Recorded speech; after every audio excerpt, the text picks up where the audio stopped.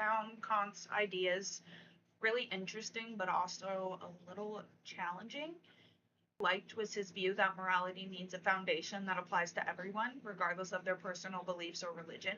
Without some kind of universal standard, one religion could say killing is wrong, while another could say it's acceptable, and there would be no way to determine which view is morally correct. I found hypothetical imperatives very relatable because they reflect how many of us naturally think. If something doesn't benefit me or align with any of my goals, why should I care? It sounds selfish, but it's honest. For example, I care about whether my makeup is tested on animals, but my neighbor doesn't care at all. Our personal goals and values definitely influence what matters to us. However, Kant said moral obligation had to be unconditional. That means it can't depend on what you want, what makes you happy, or what benefits you. If morality only applies when it aligns with your goals, then it's not really morality.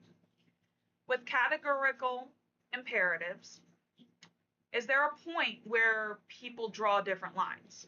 For example, gay marriage and abortion are areas where people strongly disagree about what the universal moral rules should be. We see that reflected still today from state to state. If morality is supposed to be universal, how do we handle situations where large groups of people disagree?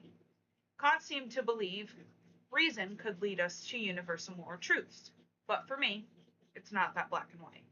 Another part I have mixed feelings about is the idea that if an action is morally acceptable for one person, it should be acceptable for everyone in similar circumstances. While I understand with reasoning, I don't think it always works perfectly. For example, adults can swear all they want. Just because we can, it doesn't mean a child should be allowed to. And I realized that isn't the type of moral issue Kant was talking about, but it made me wonder how universal rules account for differences in age, responsibility, and circumstances. While reading, a Noah Kahan song lyric popped in my head. You told me if a lie turned true, a lie it would still be. I think that idea fits surprisingly well with Kant's views on honesty. For Kant, lying is wrong because of the principle behind it, not because of the outcome.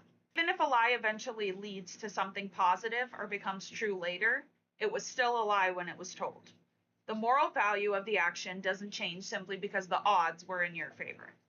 For the video discussion, my choice would be to not administer the medicine.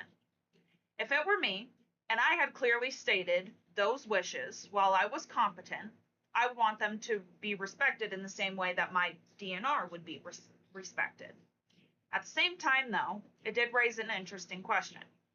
Is refusing to administer the medicine technically causing harm, and would Kant see that as wrong?